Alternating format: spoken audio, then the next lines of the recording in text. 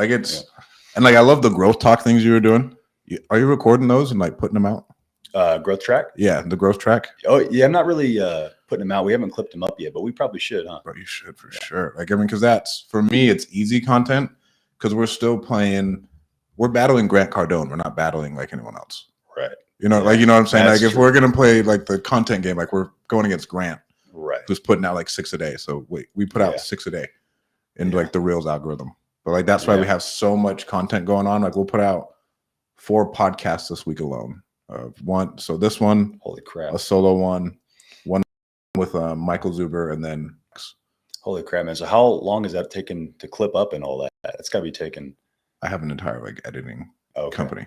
Gotcha. That like handles all of it, but like the commitment to it just for me, like nothing else brings me that much leverage. Right. So like let's say you want to scale out and like I'll use Pineda. So Pineda just announced he was going out to Reel. Okay, I think I know what you're talking about. So Ryan Pineda has like 250 subscribers on YouTube, 250K. Okay. Like his reach is absolutely massive, like millions of followers across all the platforms. Right. With that type of reach, by switching over to Reel, which is just an MLM, you're going to make $1 million a year. Just by hiring the people. Just by saying, hey, come join my team. Well, that's actually how Nexus set up too. Nexus set up like Reel and EXP. Really? That's why I joined it. Yeah. So I have probably about 40 people under me across the nation, Ohio, Texas, but there's people that got into it.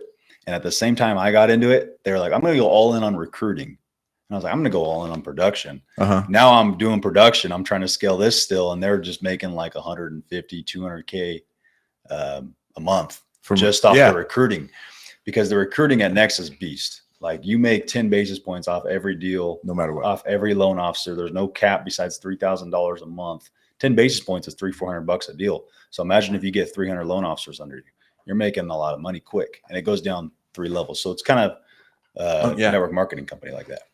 So that's why I like social, right? So with anything, and I always like use like the Kylie Jenner example, dude.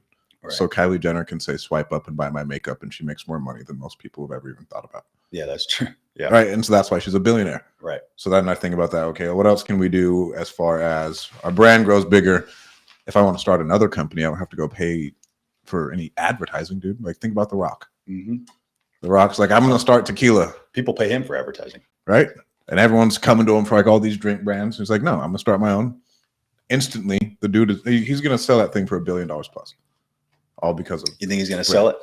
I think I think overall he'll sell it.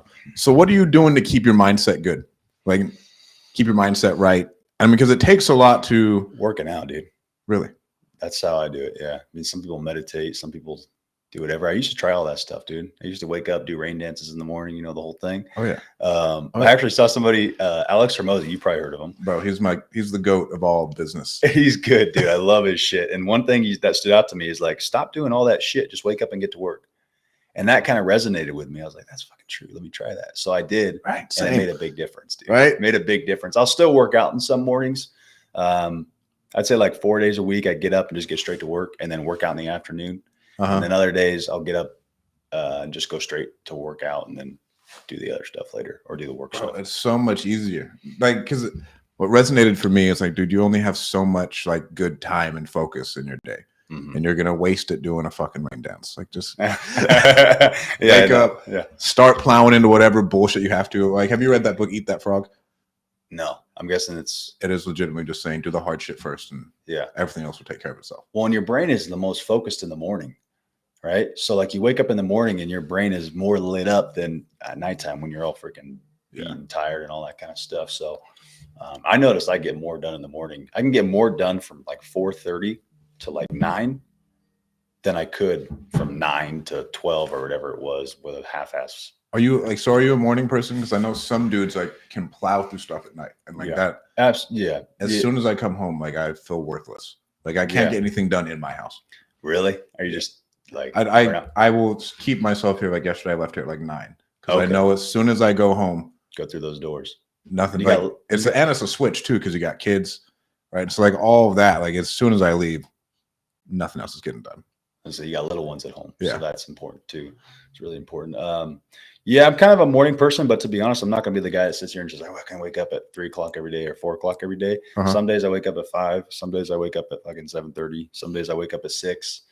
You know, usually never past 7:30. If it's past 7:30, then I was up all night before or something. You know, and then I just get to work, bro. Like today, I woke up I think at 6:30, had some coffee, took care of a bunch of stuff that I had to do this morning before I ran out to Oakhurst. So.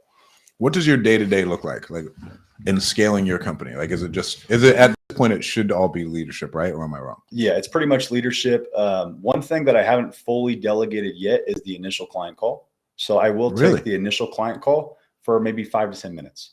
And then that's serious. And then I'll move that client to somebody. I have one person that I trust. It's my BDM, who's actually my stepdad. He's working for me now. I will let him take the call.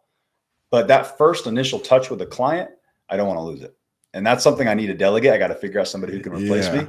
But that's also why I'm doing what I'm doing with bringing the loan officers on. Because once I bring loan officers on that are going out and getting their own business and I'm teaching them to grow and I get a bunch of them, chunks. Now I can move myself out of my business and then I can fully delegate that because I can lose deals and be okay with it. Right now, I don't want to lose deals. So I got to take those calls. But it definitely is something I'm in the works of moving. So yeah, right now it's basically I'll do those calls. Those don't take very long. I'll have meetings with my team, leadership meetings, and kind of pushing them in the right direction for the day.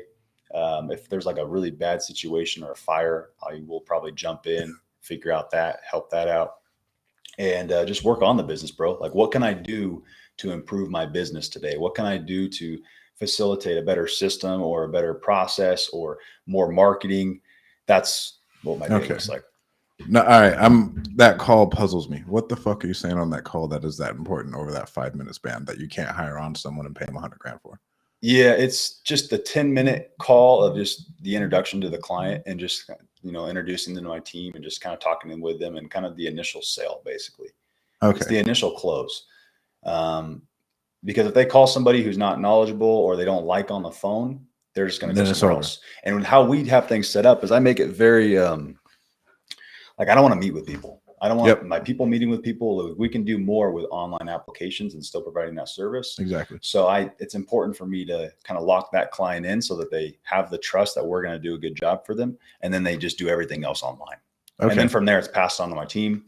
My team's doing the pre-approval, the loan estimate, the whole thing. Facilitating them through the process, everything else. So that 5-minute call is like a sales call though. Like it's not like an introductory call. Like they're calling you, you're closing them.